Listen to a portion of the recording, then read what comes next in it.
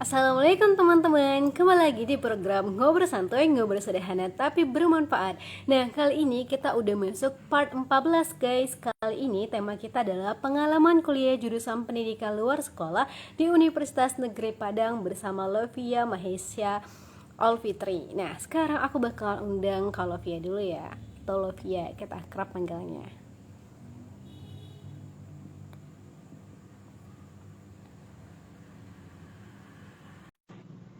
Narasumber kali ini guys, dia aktif banget di dunia organisasi dan juga fokus nih di bidang pendidikannya.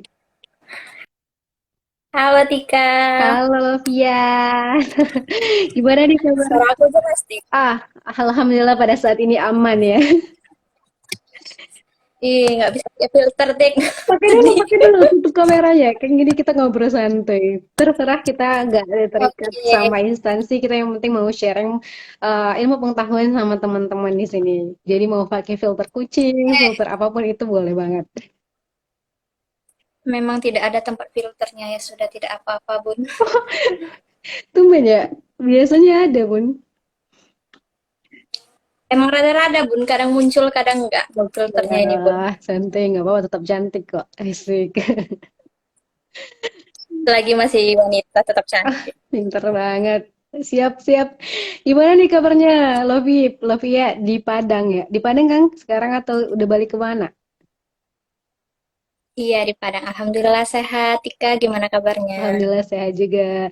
Oke nih, aku bakal memperkenalkan dulu narasumber kita di Ngobrol Santai 14 ini, yakni Lovia Mahesya Olfitri, merupakan mahasiswi dari Universitas Negeri Padang, jurusan atau program studi dari pendidikan luar sekolah. Nih teman-teman, Lovia ini bukan hanya aktif di organisasi internal, tapi juga organisasi eksternal, seperti moderator live Instagram Intip Kuliah, kemudian moderator webinar Intip Diri, tutor inspiratif gerakan mengajar desa Sumatera Barat, announcer Treat Radio Indonesia, dan volunteer Mahardika Mengajar. Wah, kamu benar-benar jadi guru ya. Banyak banget tentang gurunya.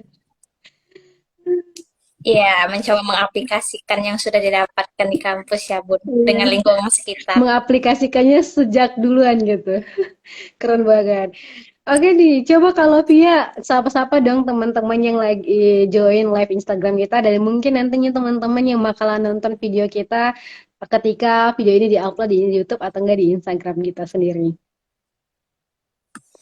Oke, baik Tika, terima kasih untuk kesempatannya. Halo, selamat malam teman-teman yang sudah bergabung di live Instagram Ngobrol Santuy. Perkenalkan nama aku Lovia Mahesya Fitri, mahasiswa semester 5 jurusan pendidikan luar sekolah di UNP.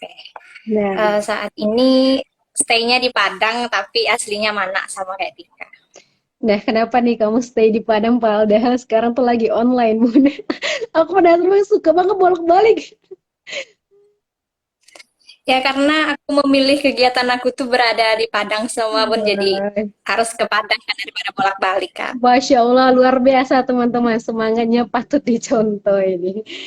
Oke nih, kita langsung masuk aja ini. Ya, Love ya, buat beberapa pertanyaan yang kita bakalan sharing ke teman-teman dan adik-adik tingkat kita nih. Nih, pertanyaan pertama nih ya. Bisa jelasin nggak Love ya, secara garis besar jurusan pendidikan luar sekolah itu gimana sih? Oke, jurusan pendidikan luar sekolah. Mungkin dari sebagian teman-teman tuh masih sedikit asing ya sama jurusan pendidikan luar sekolah itu atau biasa disebut dengan PLS. Kadang-kadang kalau ditanya, Lovia jurusan apa? Ya, pendidikan luar sekolah, Bu. Misalnya, oh PLB ya. Kadang suka dijawab kayak gitu. Padahal di sini PLB sama PLS itu jelas berbeda ya. Kalau PLS di sini tuh dia tuh lebih ke pendidikan non formal, Tik. Kan dia tuh pendidikan tuh ada formal, informal, sama non formal. Nah, kalau PLS tuh dia lebih ke non formal. Di sini tuh PLS tuh kayak menyediakan tempat belajar bagi masyarakat yang putus sekolah, misalnya paket A, paket B, dan paket C. Terus juga bagi masyarakat yang pengen mengembangkan keterampilan yang dimilikinya. Jadi disediakan sama jurusan PLS. Jadi sasaran utama PLS di sini tuh masyarakat, terutama yang putus sekolah yang memerlukan keterampilan lebih lanjut, gitu, Tik. Wah, keren banget sih. Aku juga kemarin tuh sempat bingung kayak pendidikan luar sekolah dengan pendidikan luar biasa itu gimana sih gitu. Berarti berarti kalian lebih keterampilan gitu ya dan mengayomi uh, wah Lagi loading nih, Novia. Guys, nanti kalau Loading tik. ada jaringan, baik itu Oke, ini dari aku sendiri atau dari Novia, silakan. Bun, gimana nih suaranya aman gak sih? Tadi agak loading nih. iya Bun, di aku juga loading tadi tapi sekarang udah aman. Dia di kamu gimana Bun? Loading atau udah aman? Sekarang udah aman sih, udah aman. Insya Allah ya, semoga bisa. Oke. Niat baik nih, semoga dipermudah gitu. Insya Allah. Oke nih, Amin. udah dijelaskan juga ya sama Lovia teman-teman bahwa PLS itu lebih ke kita sebagai guru di bidang informal ya Lovia, lebih ke keterampilan gitu.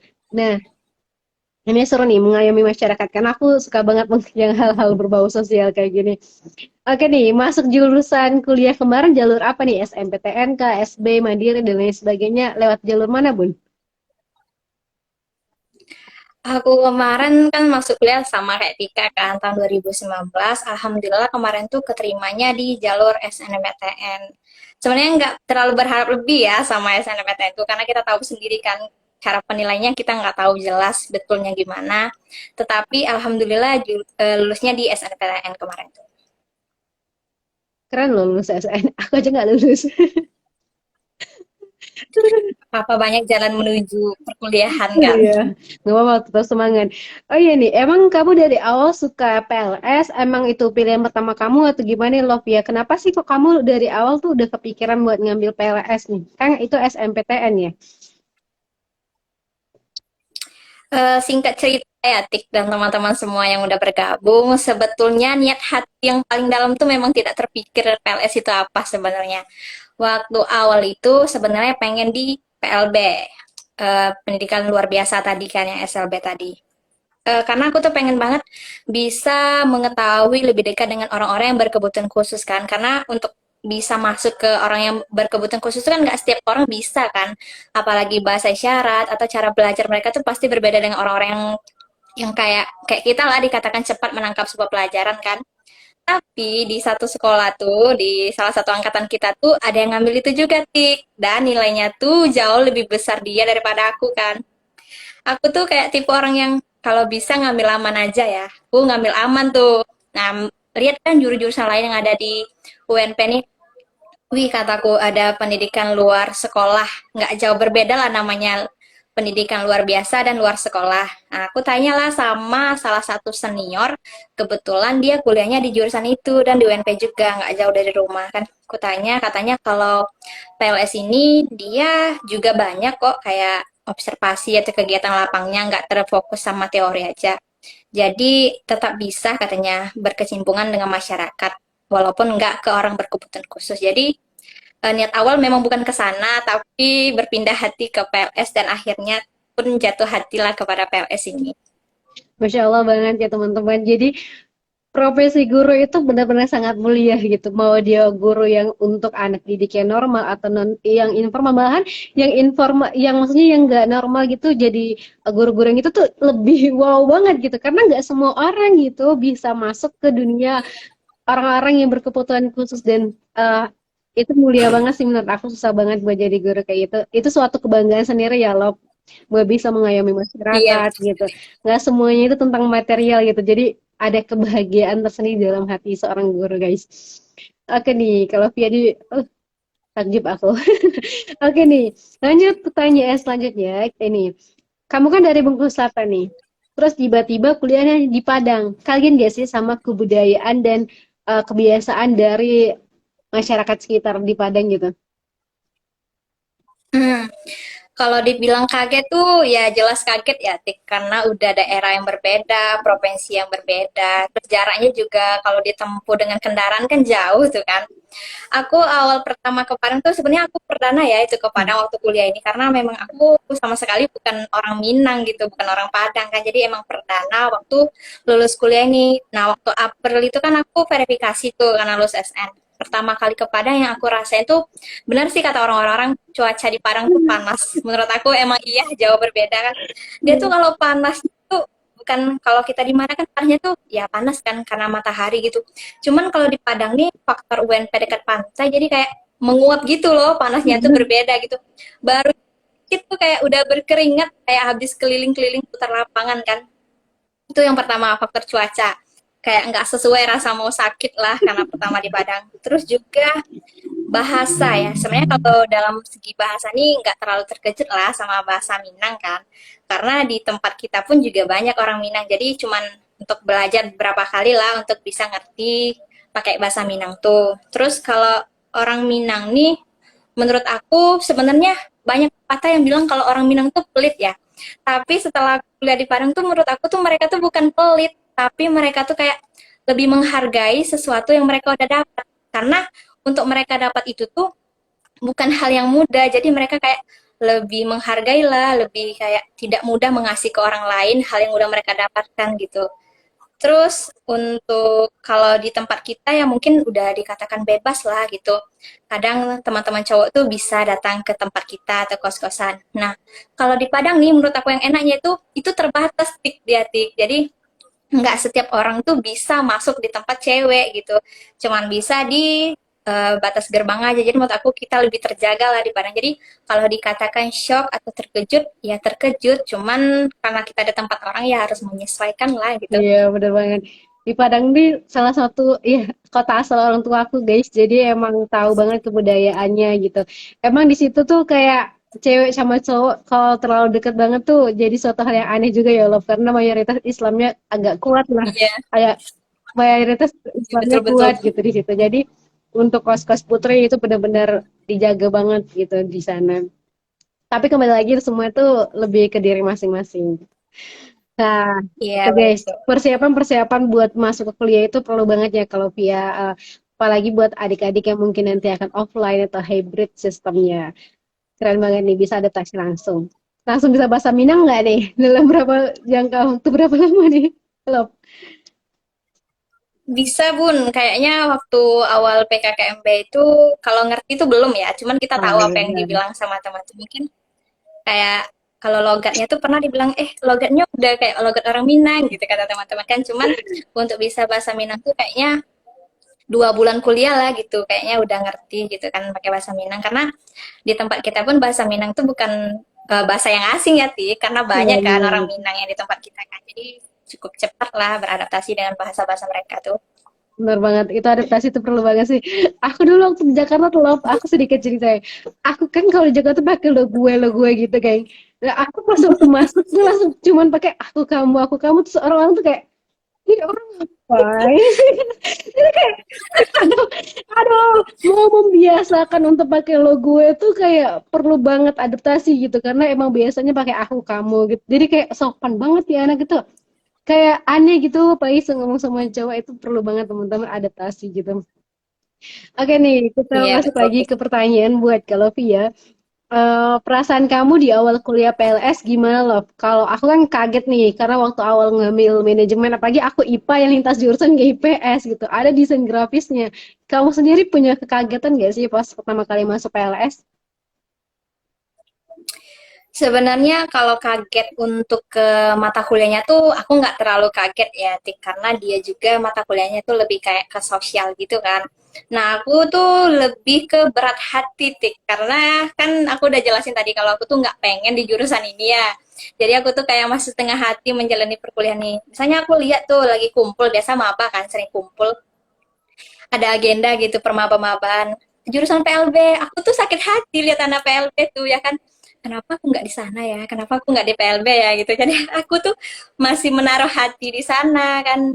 Jadi setiap ditanya teman, pernah ditanyakan sama senior, kok bisa deh milih jurusan PLS gitu, supaya lulus SN gitu kan jawaban aku tuh, kayak gitu kan, supaya lulus SN gitu kan.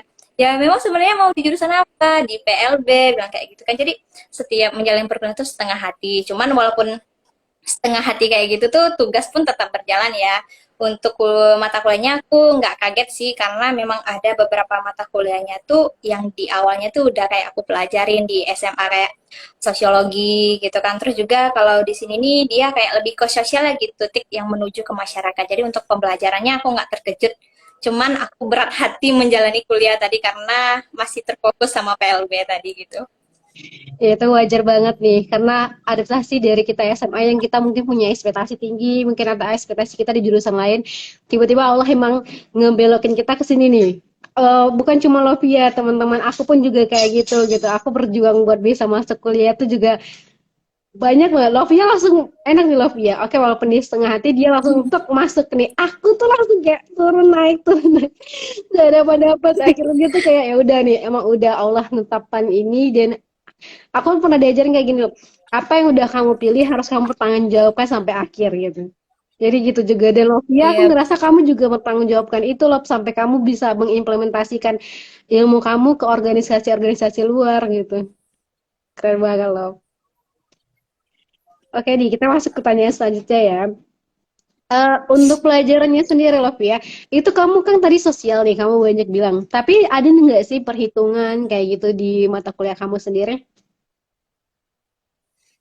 Kalau untuk perhitungan tuh ada dia statistik ya. Statistik tuh baru aku pelajari semester 4 kemarin. Jadi kalau statistik tuh sebenarnya statistik di sini di jurusan PLS itu dia kayak lebih menuju ke tugas akhir gitu, Tik. Karena kan Hmm. kalau kita nyusun skripsi nanti kan kayak ada penelitian Hmm. kuantitatif yang kita pakai kan. Jadi statistiknya tuh fungsinya untuk tugas akhir kita nanti gitu kayak apa yang kita pelajari hipotesis korelasinya gitu pokoknya kalau untuk hitung-hitungnya tuh ditujukan sama tugas akhirnya sedangkan kalau untuk mata kuliahnya tuh kayak kalau semester satu satu tuh dia ada pedagogi sama andragogi. Kalau pedagogi itu kan kayak gimana kita memberikan pembelajaran kepada anak-anak gitu kan. Hmm. Metode belajar apa sih yang cocok untuk anak-anak tersebut.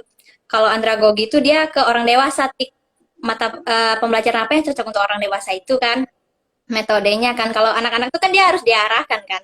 Sedangkan orang tua tuh kan dia udah tahu apa yang harus dia pelajari, cuman perlu dibimbing lagi. Mungkin kayak gitu aja sih. Selebihnya tuh kayak lebih ke kayak masyarakat, mengidentifikasi kebutuhan masyarakat tersebut, gitu sih untuk mata kuliahnya. Berarti nggak fokus langsung kayak gini ya. Oh, ini kayak PGSD itu kan berarti udah SD banget gitu kan. Berarti kalian tuh bisa aja ngajar anak kecil atau enggak anak dewasa gitu ya. Bang. Iya, sebenarnya tuh kami kalau anak PGSD itu kan dia emang dikhususkan ngajar SD kan, Tik. Hmm. Kalau PG PAUD dia ke PAUD kan. Nah, kalau aku nih enggak, aku lebih fleksibel gitu dari usia dini sampai lanjut usia gitu. Karena di sini nih kayak ada pendidikan keluarga gitu belajar juga Oh. terus pendidikan sepanjang hayat. Kalau sepanjang hayat berarti dari anak kecil sampai orang dewasa tuh memang kami di belajar tentang itu. Jadi lebih fleksibel aja, lebih banyak ruangnya untuk kita ngajar gitu nah. Oh, paham, paham. Ih, keren tahu sosialnya tinggi banget tuh. Jadi kalau kalian mau punya istri yang bersosial tinggi dan berempati tinggi, ya ambil istri PLS yang ngambil pendidikan PLS. Terima kasih. Kali aja ada yang cowok yang nonton di sini ya. Aduh, aku nih marah sama pawangnya lebih habis ini. Oke nih, pertanyaan selanjutnya. Itu dia ada yang hitung-hitungannya ya, buat statistika kayaknya emang seluruh jurusan tuh ada gitu. Kalau praktik sendiri Mm-mm. kalian ada nggak sih walaupun kalian S1, kalian Novia tuh S1 atau D3, ada nggak sih praktiknya? S1 aku Tik. Kalau aku nih sebenarnya ya ada lupa yang aku sampaikan Tik. Jadi kalau di universitas lain jurusan PLS ini ada yang namanya memang pendidikan luar sekolah kan Tik. Ada pendidikan masyarakat, ada pendidikan non formal gitu. Ada tiga namanya. Oh. Cuman pembelajaran kami sama. Jadi kayak yang pendidikan masyarakat tuh pasti orang udah tahu. Oh, berarti memang sasarannya memang masyarakat kan. Kalau untuk prakteknya ya, sebenarnya kalau dikatakan praktek itu bukan praktek sih, Tik. Cuman kami tuh emang lebih observasi wawancara gitu. Jadi setiap Hmm. semester tuh memang kami ada wawancara sama observasi langsung ke masyarakat. Kayak aku sekarang tuh aku ada wawancara gitu, observasi kan. Kemarin aku observasinya tentang fasilitator pemberdayaan masyarakat. Nah, fasilitator pemberdayaan masyarakat ini adalah orang yang mendampingi masyarakat gitu, yang memfasilitasi kegiatan masyarakat, yang menyediakan wadah untuk masyarakat gitu. Jadi, aku observasi tentang itu, misalnya apa aja sih kerjanya fasilitator nih, terus dia kalau bikin kegiatan programnya apa aja. Nah, kebetulan kemarin kan aku observasinya tuh di kantor Camat Padang Utara tuh.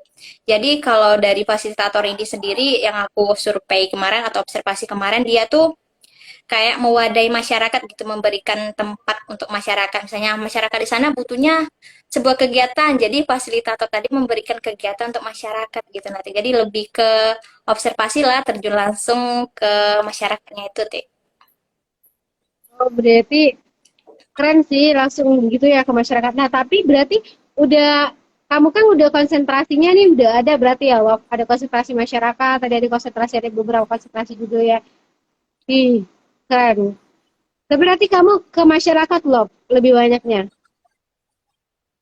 Iya, Tik. Tapi untuk konsentrasinya kalau di jurusan aku tuh ada tiga deh, Tik, konsentrasinya sendiri. Oh, Kalau dia ada tiga kan, pemberdayaan masyarakat, diklat tuh sama kayak pelatihan gitu, sama PAUD. Nah, kebetulan kalau aku sendiri sih memang ngambilnya ke pemberdayaan masyarakat gitu. Kita memberdayakan, memberikan daya sama masyarakat kan. Jadi kalau pemberdayaan masyarakat tuh sih seperti yang aku ambil sekarang kan, dia kayak menyediakan wadah untuk masyarakat. Misalnya PKBM tuh, pusat kegiatan belajar masyarakat, paket ABC, keterampilan untuk masyarakat. Nah, dia di sana kan, terus juga memberikan peluang-peluang bagi masyarakat yang putus sekolah gitu kan. Kalau di Klat tuh dia lebih ke pelatihan, misalnya di setiap perusahaan tuh kan kalau ada karyawan baru kan pasti mengadakan pelatihan dulu kan supaya bisa masuk. Nah, di sana mereka menyediakan pelatihan atau enggak kayak guru misalnya ada kurikulum baru kan pasti mereka mengadakan pelatihan dulu kan. Nah di sana fungsinya kalau PAUD ini sebenarnya dia kayak lebih memfasilitasi lah kegiatan PAUD tersebut bukan sebagai pendidiknya ya. Kalau pendidiknya kan udah ada dari jurusan PAUD, jadi kayak gitu sih untuk konsentrasinya dari jurusan aku Tik. oke, keren banget nih langsung ke masyarakat. Lebih ya nanti kalau suara aku nggak kedengaran bilang aja ya soalnya hujan deras di sini. Tunggu, di aku macet-macet bentar nih. Bentar, sabar. Ah, udah, Udah. udah. Kebetulan di aku hujan lagi nih sekarang. Tadi udah reda gitu. Jadi kalau misalkan ada gangguan bilang aja ya gitu. Teman-teman juga. Oke, aman-aman tuh. Oke nih, kita udah bahas juga tentang pendidikan, terus konsentrasinya gitu. Terus organisasi yang kamu ikutin sekarang mengenai PLS sendiri apa nih loh? Yang dari internal dulu nih, yang ada di UNP Hmm, sendiri.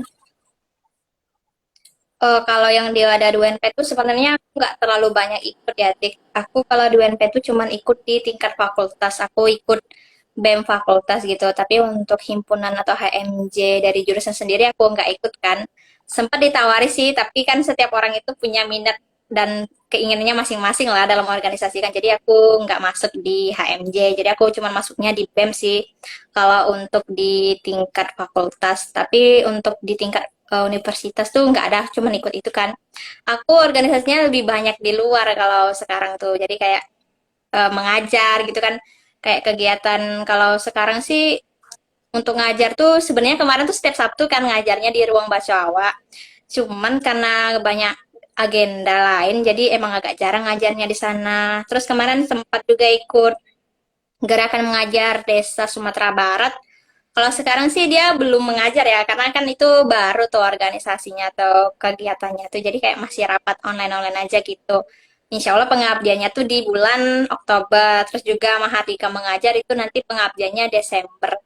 Terus kayak moderator live intip kuliah atau webinar intip diri, sama satu lagi announcer trade radio. Jadi emang organisasi aku tuh lebih banyak di luar tik daripada di internal kampus gitu. Ini kamu aktif banget ya sebenarnya, apalagi buat ini loh. Kita udah ada tanggung jawab sebagai mahasiswa gitu. Tugas-tugas kita pasti banyak nih, seluruh mahasiswa pasti punya banyak tugas.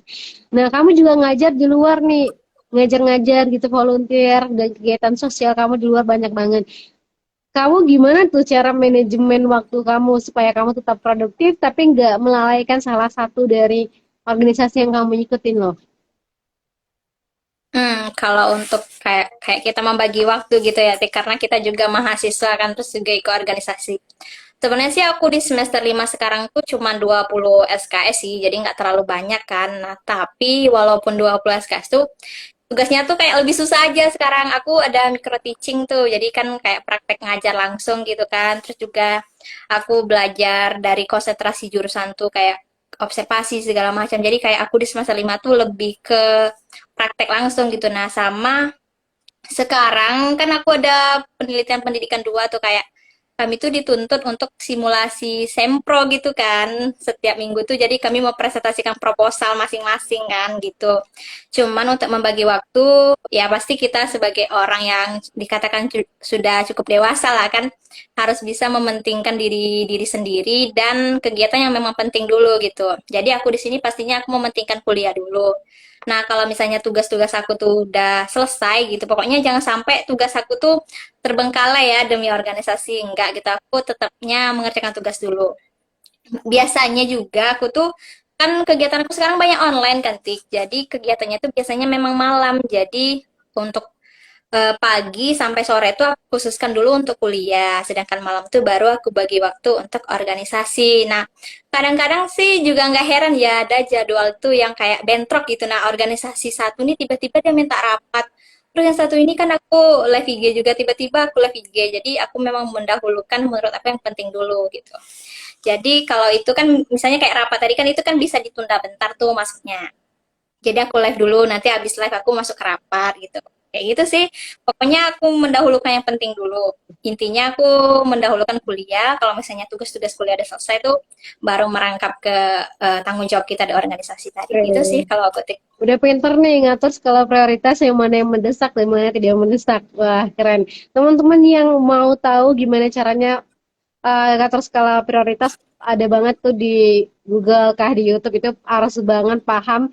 Jadi jangan karena kamu suka hal yang ini banget gitu kamu melalaikan skala prioritas kamu yang utama gitu. Jadi Ya. harus dahulukan dulu yang mana yang mepet, yang mendesak gitu teman-teman. Ini Lovia udah pintar ngatur waktunya. Takjub. Nah, tapi kamu tuh dari pagi sampai sore kamu tadi bilang loh, kamu tuh khusus dulu nih buat kuliah, malam kamu organisasi. Aku tahu itu capek banget ya. Aku ngerasa itu tuh benar-benar capek loh. Tapi gimana cara kamu dan motivasi kamu buat bisa, oke aku kuat, aku bisa gitu, aku bisa belajar dari apa yang udah aku lakuin tuh. Apa sih motivasi terbesar dalam hidup kamu supaya kamu tetap bisa produktif loh? Nah, cara aku tuh atau motivasi aku sendiri supaya lebih produktif atau lebih semangat ya Tik, menjalani kegiatan yang aku jalani sekarang. Sebetulnya kalau boleh jujur, aku tuh di SMA tuh kayak orang yang nggak pencapaian pun nggak tahu sama orang gitu, kayak nggak dikenal sama orang gitu. Jadi dari hal-hal tersebut, aku berpikir kan, kenapa sih kok orang lain bisa ya gitu dapat pencapaian ini segala macam, kok aku nggak bisa gitu. Aku tuh sebenarnya sempat nggak percaya sama diri aku sendiri kalau aku tuh nggak bisa kan, Tik. Nah, pernah waktu itu tuh ada nanya tugas sama salah satu senior, aku tuh bilang aku tuh nggak bisa tugas itu ngerjainnya. Terus dibilang kayak gini kan sama senior tuh, satu apa kalimat kayak ini katanya, jangan pernah kamu tuh bersugesti kalau nggak bisa kan. Terus menurut aku itu kata-katanya kena kan, kalau selama ini aku tuh selalu bersugesti karena aku tuh nggak bisa Tik gitu. Jadi belum memulai aku tuh udah nggak bisa kan. Jadi aku tuh mikir kayak gini. Nah, setelah aku mengikuti beberapa organisasi, kayak aku tuh mendapat pengalaman banyak lah gitu, membuat aku jauh lebih dari diri aku yang sebelumnya kan. Dengan aku ikut organisasi, kayak aku tuh lebih memiliki lingkungan yang baru, pengetahuan yang baru, teman-teman yang baru, yang itu sendiri tuh kayak membuat diri aku jauh lebih bagus dari sebelumnya gitu. Jadi karena kayak aku tuh merasakan manfaat organisasi itu banyak di diri aku, semakin lama aku tuh kayak semakin termotivasi untuk semangat ikut organisasi. Ya aku tahu kan, itu capek kan. Pagi kuliah, siang kuliah, tiba-tiba malam rapat. Tapi kayaknya kalau kita bisa mengerjakan yang menjadi tanggung jawab kita tuh rasanya jadi hal menyenangkan diri kita. Jadi dengan pengalaman tadi yang semakin bertambah, aku tuh semakin termotivasi untuk bisa mengerjakan apa yang seharusnya jadi tanggung jawab aku gitu, karena udah merasakan dampak perubahan yang baik gitu. Nah, makanya aku selalu semangat ikut semua kegiatan aku gitu sih. Keren banget nih teman-teman. Organisasi itu emang perlu banget ya teman-teman. Nggak bisa kita nggak berorganisasi gitu. Gimana caranya kita, nggak mungkin kita cuman kayak, nih aku mau daftar kerja, ini ijazah aku, terus kamu bilang, "Ah, kamu pengalamannya apa gitu. Hah, nggak ada, nggak bisa gitu. Jadi pengalaman itu yang harus kita cari. Oh ini aku belajar loh, Pak, Bu, aku bisa ngomong, aku bisa public speaking, atau aku punya keahlian di organisasi, kerja tim gitu. Karena yang namanya kerja, udah kerja itu bisa, itu banyak banget pasti kerja tim karena kita ada divisi gitu kan. Jadi kalau kita udah organisasi, udah terstruktur lah, nggak kaget pas waktu masuk ke dunia kerja gitu ya loh. Teman-teman Iya, betul semuanya, sekali. organisasi. Bener banget deh. Oh iya nih, aku penasaran nih berarti prospek kerja, kamu tahu nggak sih prospek kerja dari PLS sendiri gitu di mana? Atau kating-kating kamu biasanya kalau habis lulus dia ngapain aja sih lo? Mengabdikan diri dia dulu atau dia membentuk suatu gerakan masyarakat gitu atau dia langsung kerja di instansi kayak gitu. Kalau untuk prospek kerja sendiri sih, kalau kata salah satu dosen aku tuh, dia tuh kayak fleksibel aja ya, Tik. Tergantung pada diri kita sendiri nantinya ke Hmm. depannya, skill kita tuh di bagian mana. Tetapi kalau sepengetahuan aku ya, sejauh ini, kalau untuk PLS tuh dia bisa menjadi tenaga pendidik pastinya kan, karena ini tadi jurusannya di pendidikan kan, misalnya jadi guru, ataupun jadi dosen ataupun yang mempunyai lembaga seperti bimbel gitu kan. Terus juga bisa mendirikan sebuah PKBM gitu, Dik. PKBM itu kan Hmm. pusat kegiatan belajar masyarakat yang paket A tadi, paket B, paket C gitu kan. Jadi kan dengan adanya wadah PKBM itu tadi kan pastinya masyarakat yang putus sekolah dia tetap bisa melanjutkan pendidikan kan. Jadi menurut aku dengan dari PKBM tadi itu terbantu. Terus juga ada juga senior yang kerja di dinas pendidikan gitu. Jadi sebenarnya banyak sih prospek kerjanya tuh fleksibel aja, tergantung pada diri kita sendiri. Gitu sih, Tik. Bener banget. Itu mau kamu kuliah dimanapun, mau kuliah kamu di UI, di ITB, di IPB, kalau kamu nggak punya keahlian, kalau kamu nggak punya niat untuk berusaha, nggak bakalan bisa. Mau kamu kuliah di tempat hal yang benar-benar di daerah kah kamu kuliahnya, kalau kamu punya kualitas diri, kamu pasti bakal jadi emas, kamu pasti bakal dicari sama orang. Jadi gimana pun kamu berada, kamu tetap bakalan bisa nunjukin kamu tuh berkualitas gitu. Keren banget sih Lovia. Apalagi Lovia tuh udah ngambil konsentrasinya ke masyarakat. Nggak semua orang bisa bersosial. Nggak semua orang bisa punya kepekaan, empati yang lebih tinggi gitu. Oke nih, harapan kamu sendiri apa sih Lov buat orang-orang yang mungkin punya stigma negatif tentang PLS gitu? Mungkin harapan kamu buat adik-adik tingkat, kenapa sih harus ngambil PLS setelah kamu menjalankan 4 semester gini kan udah mau masuk semester 5 gitu loh. Oke, jadi harapan aku ya untuk orang-orang yang menganggap mengapa aku mengambil PLS dan bagi teman-teman yang baru bergabung di PLS. Sebenarnya menurut aku seperti yang udah dibilang Tika tadi, nggak setiap orang itu bisa melakukan pendekatan kepada masyarakat ya, Tik. Kadang hanya orang tertentu aja. Terkadang dia orang tuh bisa, tapi tingkat sosialnya nggak terlalu tinggi gitu. Jadi menurut aku harapan aku ke depannya bagi teman-teman yang sekarang baru ngambil PLS, jangan kayak aku waktu itu merasa kalau salah jurusan gitu. Kenapa? Kalau kita merasa kalau diri kita tuh salah jurusan, itu kuliah kita tuh bakal stuck di sana aja, kita nggak bakalan berkembang. Jadi mulailah membuka lebar mata kita tuh kalau kita kuliah di PLS tuh sangat banyak sekali manfaat yang kita dapatkan. Nah, kalau dari aku sendiri, dengan aku masuk di PLS nih, kayak aku tuh lebih tahu loh kalau masyarakat tuh ternyata dia punya kebutuhan yang berbeda-beda ya, nggak bisa semua sama. Nah, dengan kita ada di PLS ini, kita lebih tahu sih apa sih sebenarnya yang menjadi kendala pada masyarakat gitu. Jadi kita udah tahu tuh kendala masyarakat, jadi kita bisa sebagai tenaga PLS tuh bisa memberikan solusi dari kendala masyarakat tadi. Misalnya dia terkendala dalam bidang pendidikan tuh. Nah, kita sebagai PLS itu bisa memberikan wadah belajar bagi masyarakat tersebut. Jadi, jangan sampai kayak aku ya, merasa salah jurusan, padahal jurusan apapun, kuliah dimanapun, itu sebenarnya memiliki manfaat masing-masing ya, memiliki tujuan yang pastinya dampak positif yang besar. Jadi, nggak apa-apa sih gitu, belum menyukai, tapi jangan berkecil hati gitu. Buka aja lebar mata kita tuh, terus juga mulai membuka relasi kepada orang lain untuk mendapatkan pengetahuan yang lebih banyak gitu. Jangan pernah merasa salah jurusan. Nah, kalau harapan aku ke depannya tuh seperti udah dibilang Tika tadi kan udah di semester 5 nih. Katakanlah ya udah mau masuk di tingkat akhir lah kan. Aku pengen lulus tepat waktu ya dan mulai kerja. Aku pengen kerja dulu nih kalau misalnya udah tamat nanti. Kalau misalnya aku udah kerja, aku udah punya beberapa pengalaman yang kayaknya cukup membangun diri aku dan membantu orang-orang sekitar. Kalau diberi kesempatan atau diberi rezeki yang lebih, pengen melanjutkan ke pendidikan yang lebih tinggi, S2. Masya Allah. Kalau S2 Kalau S2 pun kalau bisanya tuh tetap sejalur ya, ngambil PLS juga ya, S2 gitu. Karena kayak pengen mempelajari lebih lagi tentang PLS ini. Jadi pokoknya aku berencana tapi berusaha dulu dan bagi teman-teman jangan pernah berkecil hati. Jurusan apapun, kuliah dimanapun tetap memiliki dampak yang baik. Tergantung pada niat kita masing-masing aja. Aku terharu. Soalnya orang-orang tuh kadang-kadang terlalu meninggikan diri kan karena dia sekolah-sekolah di emang yang dia mau atau mungkin yang ya kampus ternama kayak itu gitu. Jadi ini Lavia menyentuh. Aduh, dia emang sosialnya cek masuk nih dalam hati aku gitu.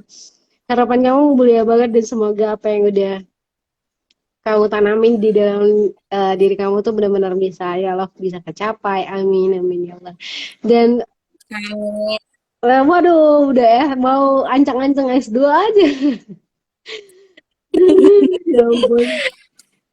Tapi ini pengalaman yang luar biasa loh. Aku banyak banget belajar dari kamu gitu. By the way, kamu masih ada kegiatan gak sih setelah ini? Sebenarnya aku masih ada mau nanya lagi sih satu. Nggak ada, Tik. Masih lama tuh kegiatannya. Boleh kita lanjut aja Ya nih. lanjut aja. Walaupun aku udah tadi udah nanyain harapan, tapi nggak apa deh. Kita belajar lagi nih. Loh, buat masyarakat, nggak semuanya masyarakat tuh menerima kita gitu. Pasti bakal ada yang Mm-mm. menolak kita. Bahkan anak kecil pun kalau misalnya kita ajar, ya Allah itu bukan main, mau sabarnya ya. Kamu pernah nggak sih ngadapin kayak, aduh aku tuh kesel banget sama kamu, tuh aku udah ngasih tahu gitu. Pernah nggak sih lo dan gimana cara kamu buat nanganin hal-hal yang kayak gitu? Nah, sebetulnya sih kalau untuk masuk ke masyarakat sendiri kan kita tahu kan, kadang di setiap masyarakat tuh dia punya kebiasaan yang berbeda-beda kan, Tik, setiap daerahnya.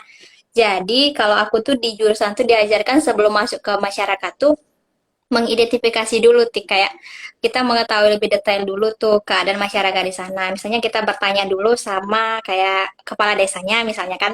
Kita tanya dulu nih sama kepala desanya, bagaimana sih kebiasaan masyarakat di sana, Pak? Misalnya kalau masyarakat di sana tuh kalau kita mau masuk ke sana tuh kita kayak harus memberikan apresiasi dulu nih kepada masyarakatnya. Misalnya kita ngajak masyarakat tuh untuk sosialisasi.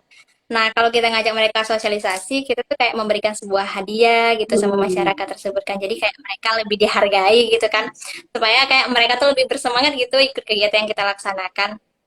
Nah, untuk masuknya tuh ya pastinya kita harus menyinkronkan ya kebiasaan masyarakat di sana dengan keadaan diri kita. Jadi kita belajar dulu sih kalau masyarakat di sana tuh kalau kita mau ke sana kita harus ramah, harus bertanya gitu. Jadi kalau kita udah tahu kebiasaan masyarakat di sana, barulah kita bisa masuk gitu ke sana. Ya, nggak, kita tahu sih nggak setiap orang itu bisa nerima kita langsung ya, Tik. Menurut aku itu hal yang wajar ya, karena setiap orang itu punya sifat yang berbeda-beda. Tapi di diri kita sendiri itu tetap jalani aja, gitu, tetap jalani aja dan coba masuk kembali. Pokoknya supaya bisa masuk ke masyarakat tuh kita tuh tentunya disesuaikan aja lah sama kebutuhan masyarakat tuh. Kalau kita datang dan menyediakan kebutuhan sesuai yang mereka mau, pasti mereka bakalan terima kita kan karena kita datang Hmm. untuk menyempurnakan kebutuhan mereka. Jadi pasti kita bakalan diterima dengan senang hati gitu. Yang penting tuh kita jangan bersikap yang tidak disukai masyarakat lah gitu. Sesuaikan aja lah sama kebutuhan mereka, baru kita bisa masuk ke sana. Kalaupun ditolak, ya dicoba lagi ditanya sama orang yang memiliki hal yang lebih tinggi dari masyarakat di sana gitu sih kalau menurut aku. Wah, tantangan besar banget tuh. Tapi kamu pernah nggak sih ngerasa capek? Aduh, aku capek banget nih ngajar masyarakat di suatu daerah apa, gitu. Tapi nggak usah disebutin daerahnya gitu. Atau mungkin atau kamu harus kayak sabar ya udah, aku nyelesain ini dulu sampai akhir gitu. Atau kamu tetap aja ngambil hikmah gitu dari setiap apa yang udah kamu laluin gitu loh. Aku kalau kayak nggak kesel gitu sama masyarakat atau kayak ditolak gitu pas masuk ke masyarakat. Alhamdulillah sih sejauh ini aku nggak pernah kayak merasakan Hmm. gitu ya, Tik. Karena waktu itu tuh pernah kayak melakukan sebuah pengabdian gitu kan. Jadi di sini nih kayak emang dikhususkan bagi masyarakat yang punya anak balita gitu kan. Nah, tujuan datang ke sana tuh untuk memberikan kayak media belajar kayak yang huruf ABC itu kan, hewan-hewan gitu. Jadi emang kayak nanyanya masuknya ke masyarakat tuh emang secara baik-baik gitu. Permisi dulu kan, nanya, Ibu ada nggak anak usia balita gitu? Kalau dibilangnya ada, nanti bilang aja tujuan kita untuk memberikan media belajar, terus sekalian nanya-nanya, Ibu kalau ngajarin anaknya tuh biasanya pakai apa Bu? Gitu kan.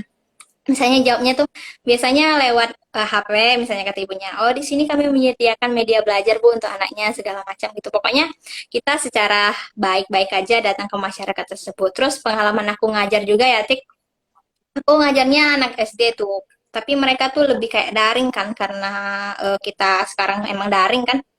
Mereka tuh kayak nerima Tik, bahkan kalau kita belum datang tuh malahan mereka nanyain kita, oh kok kakak ini belum datang katanya. Biasanya mereka tuh kayak suka diajarin ngaji, ngebaca, karena yang aku ajar tuh mayoritasnya kelas 1, kelas 2, kelas 3 gitu. Sejauh ini aku diterima ya gitu, karena mereka memang kayak menyenangi dan mereka pun terbuka gitu sih sejauh ini kalau pengalaman aku. Tik. Wah, aku kepengen banget tahu, tapi di tempat kita tuh nggak ada KKN gitu loh, karena aku kan D3. Jadi aku tuh kayak sedihnya tuh di situ aku nggak bisa mengabdi terhadap masyarakat, aku nggak ada yang kayak, aduh aku tuh pengen banget kalau ada temen aku yang kampus Merdeka ngajar tuh mau ikut, tapi kan nggak mungkin ya. Masa aku tiba-tiba tuh datang gitu barengan dia. Terus nanti gurunya bilang apa gitu, tapi seru banget sih itu. Wah, Kalau misalnya nggak ada, kamu aja lah Tik membuat jembatan untuk ngajar itu kan. Nggak apa-apa tuh, bisa tuh lama-lama kan. Nanti rekrut aja teman-teman yang lain tuh untuk bantu mengajar kan. Kadang-kadang kan anak-anak SD itu kan mereka nggak ngerti sama PR-nya tuh kan kita bisa lah tuh membantu mereka ngerjain PR kan iya. misalnya. Aku tuh sebenarnya mau banget kalau aku balik ke Jakarta tuh kayak ngajar di kolong jembatan gitu, bawa rasa-rasa kayak gitu loh. Tapi tuh karena apalagi pandemi kayak gitu, jadi ya nggak bisa gitu, belum bisa balik ke sana gitu. Nanti aku bakal tanya-tanya Lovia lah gimana caranya mengatasi dan mempelajari, ngajarin anak-anak kecil gitu. Keren banget sih, comelnya. Tapi ini yang aku benar-benar penasaran dari Lovia gitu ya. Mungkin tadi ya nggak ada yang tentang pertukaran belajar gitu loh. Tapi aku tuh kepo gitu. Gimana sih caranya? Kamu kan ada kadang-kadang kamu ujian gitu. Aku bingung sampai aku tuh bingung. Lovia nih anak mana sih UNP atau anak anak mana? Kan aku sering tanya, Lov kemarin kamu di sini, kok kamu sekarang udah di sini gitu. Dan itu menurut kamu perasaannya gimana tuh bisa bisa gitu loh, bisa ujian di universitas lain gitu loh. Karena aku yakin pasti Oh juga kemarin bisa. iya, kemarin kan waktu semester genap, waktu semester 4 ya, semester Januari Juni itu emang sempat ikut pertukaran mahasiswa kan. Nah, kemarin tuh untuk pertukaran mahasiswa tuh dia tuh kan kayak bukan program Merdeka Belajar gitu kan, itu dari pemerintah kan yang kita daftarnya langsung dari website Kemendikbud tuh kan. Nah, kalau ini kemarin tuh memang daftarnya dari jurusan gitu, diadakan sosialisasi kan sama jurusan gitu. Dijelasin ini programnya gimana, tujuannya gimana, terus nantinya wah kampus tujuannya itu gimana kan. Nah, terus dikasihlah kayak link pendaftaran kan sama sekretaris jurusan tuh. Aku coba-coba tuh daftar kan, coba-coba aja kan, siapa tahu beruntung. Akhirnya aku tuh keterima kan gitu dari beberapa teman aku yang daftar tuh ada sekitar 13 orang yang keterima pertukaran mahasiswa tuh kan Tik. Nah aku keterimanya tuh di Universitas Negeri Surabaya sama Universitas Sultan Agung Tirtayasa. Nah kalau UNESA sendiri sih menurut aku enak ya gitu karena kita udah jauh berbeda tuh mereka ada di Pulau Jawa sedangkan aku sendiri di ujung Sumatera katakanlah gitu. Jadi di sana tuh kayak pembelajarannya juga berbeda, terus juga teman-temannya berbeda. Yang aku salutnya pas aku pertukaran di UNESA tuh Kantik, ternyata loh teman-temannya ini super aktif dan cepat. Kan dibagi kelompok tuh Mm-mm. Kantik. Kami tuh kayaknya udah kelompok terakhir, kelompok 8 kalau nggak salah kan. Ternyata pas aku tuh baru masuk di minggu kedua, ternyata teman-teman aku tuh udah selesai kerja kelompoknya ngerjain tugas tuh, Tik. Aku bingung kan. Parah sih, Jadi di rajin sini banget. tugas aku apa gitu kan. Aku juga nggak kenal sama orang-orang kok mereka gercep kali ngerjain tugas padahal aku baru masuk di sini kan. Ternyata mereka tuh emang super aktif ya. Kalau ngerjain tugas mereka nggak deadline-deadline kayak kita nih kan. Kayak pernah waktu itu kami Ujiannya tuh biasanya kalau di Unesa tuh lama kan, Tik. Ujiannya tuh lama kan. Misalnya ujiannya hari ini, dikumpulnya tuh minggu depan. Hmm, aku juga sering gitu. Maaf, bentar, Tik. Macet ya, Tik. Tunggu bentar ya. Ya sama macet nih. Ntar white guys sebentar Iya, ya. bentar nih. Nah, oke, oke. Udah nih. Ya bisa gitu ya, tiba-tiba. Ya lanjut lanjut. Aku dengan HP ku sendiri, Bun. Alhamdulillah. Alhamdulillah.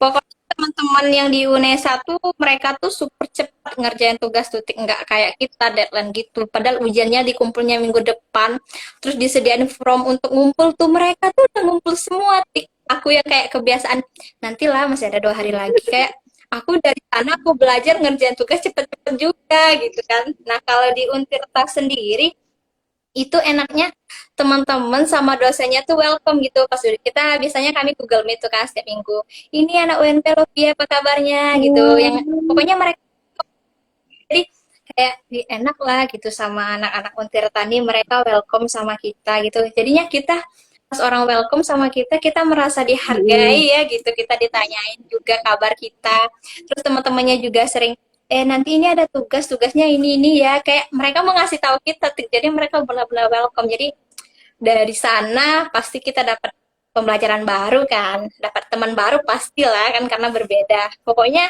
banyaklah pengalaman yang aku dapat dari sana dan aku sempat nggak percaya diri ya. Aku takut nanti metode belajarnya beda, nanti aku tuh nggak keikut. Ternyata hal-hal buruk yang aku pikirkan di awal tuh enggak, ternyata aku bisa, malahan aku udah ngelewatin itu. Jadi kalau teman-teman yang mau ikut pertukaran kayak gitu, aku saranin wajib nih enak soalnya karena dapat banyak pembelajaran dari sana. Yang nggak ada di kampus kita bisa ada di kampus pertukaran kita itu. Keren serang. Mari kita tepuk tangan untuk Lovia.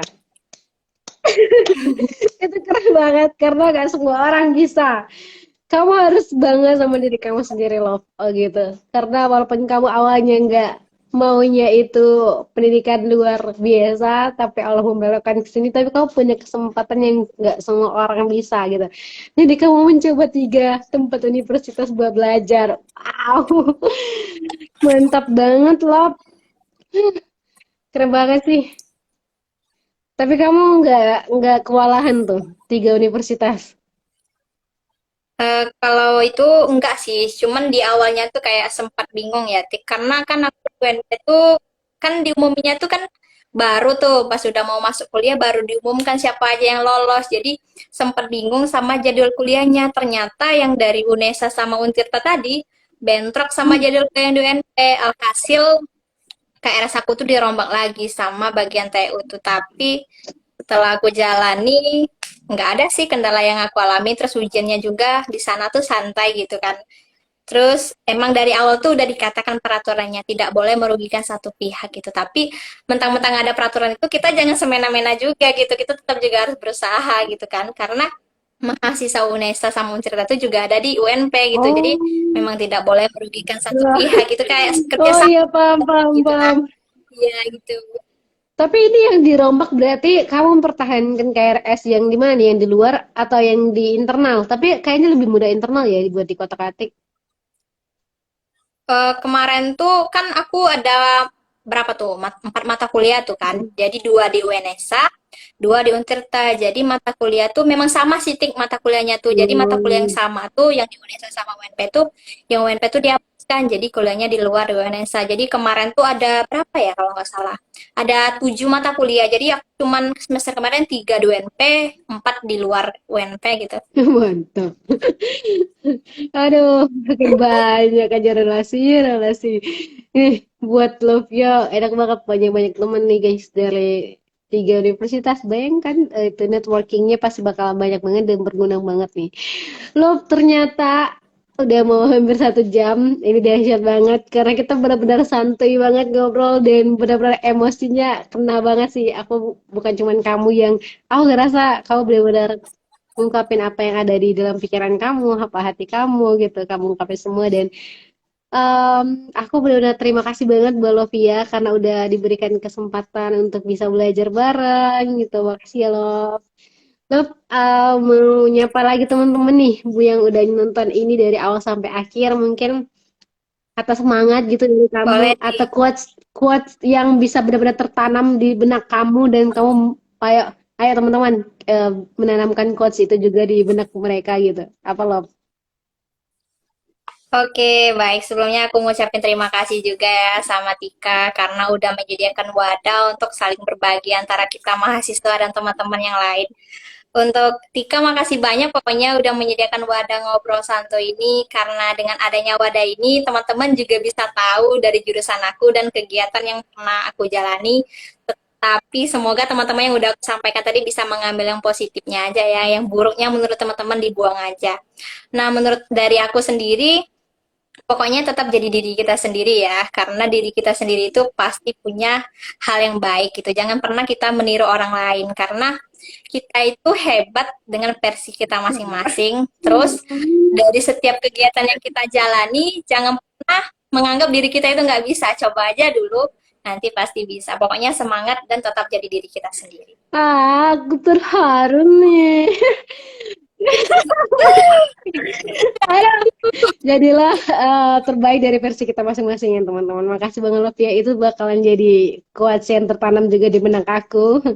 Terima kasih teman-teman yang udah join live Instagram kita dan semoga apa yang kita sampaikan dapat dievaluasi, bisa diimplementasikan juga hal-hal yang positifnya dan jika ada yang negatif, kita berdua hanya manusia biasa dan ini kita semua sharing aja dan semoga apa yang udah kita sampaikan bisa menjadi amalan untuk kita semua gitu. Terima kasih Lovia atas waktunya. Makasih kembali, Tika. Dadah, aku end ya. Iya. Oke guys, kita udah belajar banyak hal dengan Lovia. Benar-benar semuanya itu harus tulus dari hati, apalagi buat pendidikan yang mengayomi masyarakat, nggak semua orang bisa. Jadi jangan pernah ada yang merendahkan pendidikan dari jurusan apapun itu, karena setiap pendidikan pasti mempunyai kesusahan tersendiri, memiliki tantangan tersendiri, dan kembali lagi prospek kerja, nasib, takdir kita itu udah ada ditentukan sama Allah Subhanahu Wa Taala. Dan nikmatin prosesnya dan yakin bahwa kita bakalan sukses pada waktunya gitu. Jadi jangan pernah menyalahkan takdir dan selalu semangat buat gapai cita-cita. Terima kasih semuanya.